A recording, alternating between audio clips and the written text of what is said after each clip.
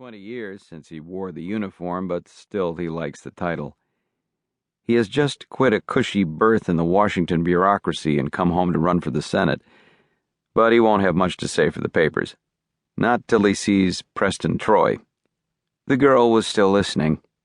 The black kitten yawned at the lights flashing on, and the little crowd of waiting relatives and friends clustered along the steel mesh barrier that kept the public off the field, and the white-clad attendants beyond, busy preparing to service the planes.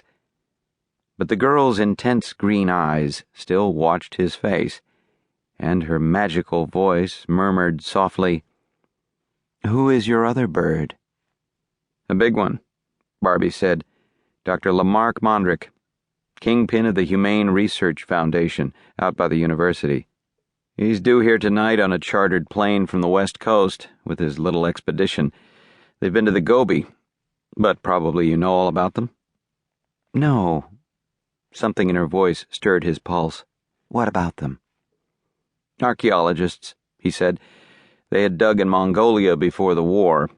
When the Japs surrendered in '45, they cut all sorts of diplomatic red tape to get back again. Sam Quain, who was Mondrick's right-hand man, had served on some war mission to China, and he knew the ropes. I don't know exactly what they went to look for, but it must be something special." She looked interested, and he went on.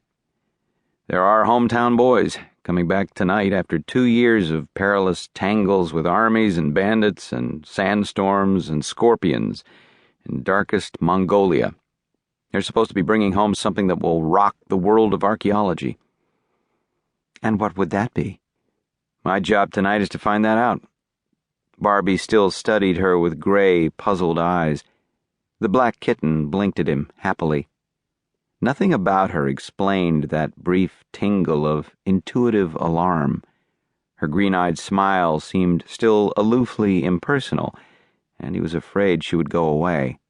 Gulping, he asked desperately, "Do I know you?" "I'm a rival." She was suddenly less remote. Her voice held a purring chuckle of friendliness. "April Bell of the Clarendon Call." She showed him a tiny black notebook palmed in her left hand. "I was warned to beware of you, Will Barbee." "Oh." He grinned and nodded toward the little groups of passengers inside the glass front of the terminal building, waiting for the airliner. "I was afraid you had just stopped off on your way back to Hollywood or Broadway. But you aren't really on the call?" He looked at that flame-colored hair and shook his head in admiration. "I'd have seen you." "I'm new," she admitted. "In fact, I took my journalism degree just last summer. I only began Monday on the call, and this is my first real assignment." Her voice was childishly confidential. "I'm afraid I'm pretty much a stranger in Clarendon now. I was born here, but we went to California when I was still a little girl." Her white teeth gleamed in a smile innocently hopeful. "I'm so new," she confided softly, "and I want so much to make good on the call. I do want to turn in a good story on this Mondrick expedition. It all sounds so strange and thrilling, but I'm afraid I didn't learn many ologies in college. Would you mind, Barbee, if I ask you a few silly questions?" Barbee was looking at her teeth.